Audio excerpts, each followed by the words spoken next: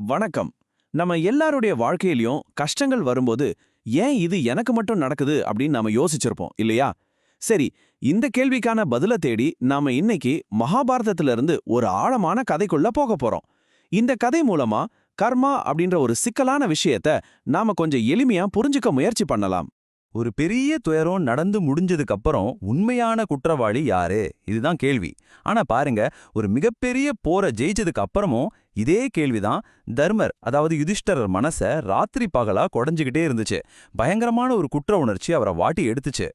முதல்ல தர்மரோட துயரம், ஒரு மன்னனோட மனவேதனை. மகாபாரத போர் முடிஞ்சிருச்சு, போர்க்களம் எல்லாம் அமைதியா இருந்துச்சு.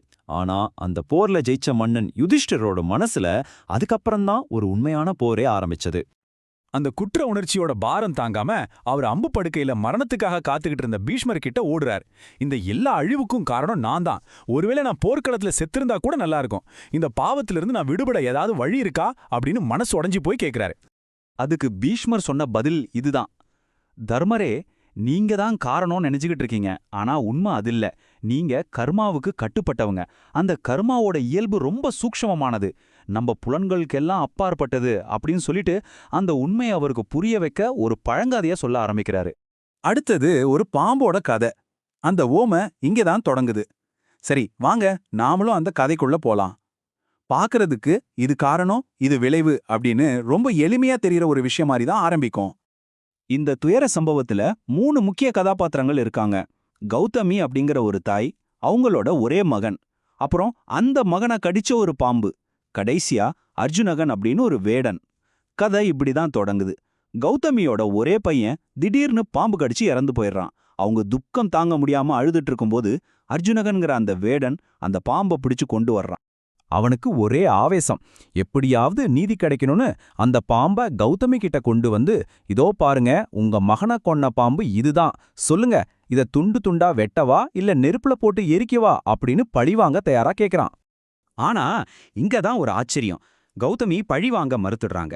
அவங்க சொல்றாங்க, இந்த பாம்பை கொல்றதால என் பையன் திரும்ப வரப்போறதில்ல, அதனால எனக்கு கோபம் எதுவும் இல்ல, பழி வாங்கறத விட மன்னிக்கிறது தான் சந்தோஷத்தை கொடுக்கும். ஆனா அந்த வேடன் ஒத்துக்கல. இதை நம்ம இப்படியே விட்டா இது இன்னும் பல பேரோட சாவுக்கு காரணமாயிடும் அப்படின்னு அவன் வாதிடுறான். இப்போ பழி வாங்கறதுக்கும் மன்னிக்கிறதுக்கும் நடுவுல ஒரு பெரிய விவாதமே அங்க தொடங்குது. அடுத்த கேள்வி, உண்மையான குற்றவாளி யாரு? இங்கதான் அந்த பழிச்சங்கிலி ஆரம்பிக்குது. அவங்க 2 பேரும் இப்படி விவாதம் பண்ணிட்டு இருக்கும்போதே அந்த வழக்குல ஒரு யாரும் எதிர்பார்க்காத திருப்பம் நடக்குது. என்னன்னா, குற்றம் சாட்டப்பட்ட அந்த பாம்பு பேச ஆரம்பிக்குது. அந்த பாம்பு என்ன சொல்லுது தெரியுமா? நான் தப்பு பண்ணல, நான் வெறும் ஒரு கருவிதான். மரணத்தோட கடவுளான யமன் தான் என்னை ஏவி விட்டான். அதனால இந்த பாவம் எல்லாம் அவனுக்கு தான் போகணும், எனக்கு இல்ல அப்படின்னு தன்னோட தரப்பு வாதத்தை வைக்குது. ஆனா அந்த வேகன் இதையெல்லாம் ஏத்துக்கிற மாதிரி இல்ல. அவன் இன்னும் கோவமா, யமன் சொல்லியிருக்கலாம், ஆனா கடிச்சது நீதானே, அந்த வேலையை செஞ்சது நீ, அதனால நீயும் குற்றவாளிதான் அப்படின்னு தன்னோட பிடியே இன்னும் இருக்கிறான். அவங்க இப்படி பேசிட்டு இருக்கும்போதே அடுத்த ஆச்சரியம், மரணத்தோட கடவுளான யமனே அங்க பிரத்யட்சமாகிறார். ஆனா அவரும் பொறுப்பை ஏத்துக்கல. அவர் சொல்றாரு, நானும் ஏவப்பட்டவன் தான், எனக்கு கட்டளையிட்டது காலம், அதனால இந்த பையனோட மரணத்துக்கு உண்மையான காரணம் காலம்தான் அப்படின்னு பழிய இன்னும் பெரிய சக்தி வாய்ந்த ஒண்ணு மேல போடுறாரு. இப்ப யோசிச்சு பாருங்க, மரணத்தோட கடவுளே இன்னொருத்தரோட கட்டளைக்கு கீழ்ப்படுகிறார்னா, அப்போ நடக்கிறதுக்கு எல்லாத்துக்கும் காலம்தான் காரணமா? இந்த கேள்வி அங்கிருந்து எல்லாரையும் ஒரு பெரிய குழப்பத்துல ஆழ்த்துது. நாம எல்லாருமே வெறும் கைப்பாவைகள்னா, அப்போ நம்மள ஆட்டுவிக்கிற அந்த உண்மையான சூத்திரதாரி யாரு? சரி, இப்ப நாம கதையோட உச்சக்கட்டத்துக்கு வர்றோம். காலத்தோட தீர்ப்பு, அதாவது இறுதி வெளிப்பாடு. இங்கதான் கடைசி மற்றும் ரொம்பவே மர்மமான ஒரு கதாபாத்திரம் உள்ள நுழையுது. திடீர்னு காலபுருஷன், அதாவது காலமே ஒரு மனித உருவம் எடுத்து அவங்க எல்லாருக்கு முன்னாடியும் வந்து நிக்கிறான். பாம்பாலையோ வேடனாலையோ ஏன் யமனால கூட தீர்ப்பு சொல்ல முடியாத இந்த பிரபஞ்ச வழக்குல கடைசி தீர்ப்ப சொல்ல காலமே நேர்ல வந்திருக்கு. அந்த காலபுருஷன் தீர்ப்ப சொல்றான், இங்க பாம்பு காரணமில்ல, யமனும் காரணமில்ல, ஏன் நானான காலமும் காரணமில்ல. இந்த பையனோட மரணத்துக்கு ஒரே காரணம், அவனோட முந்தைய பிறவிகள்ல செஞ்ச செயல்களோட விளைவான அவனோட சொந்த கர்மம்தான். அடுத்தது கர்மாவோட கட்டுப்பாட்டுல அந்த ஞானத்தை எப்படி பயன்படுத்துறதுன்னு பார்க்கலாம். பாருங்க, கர்மா இந்த ஒத்த வார்த்தை எல்லாத்தையும் மாத்திடுது.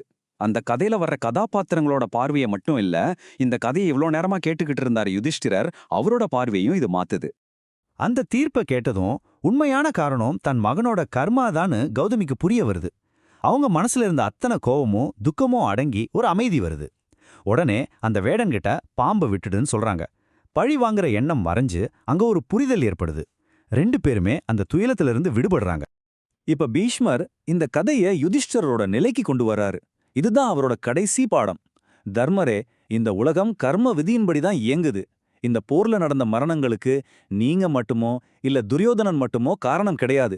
ஒவ்வொருத்தரோட கடந்த கால செயல்களோட விளைவுகளை காலம் சரியான நேரத்துல கொண்டு வந்து சேர்த்திருக்கு. அவ்வளவுதான். அதனால உங்களை நீங்களே வருத்திக்கிறத நிறுத்துங்க. இந்த ஒரு கதை அந்த மன்னனை அவ்வளவு பெரிய குற்ற உணர்ச்சியிலிருந்து விடுவிக்குது. அப்போ கர்மா தான் எல்லாத்துக்கும் காரணம்னா நம்மளோட நிகழ்காலத்துல நம்ம பங்கு என்ன? இது ஒரு முக்கியமான கேள்வி.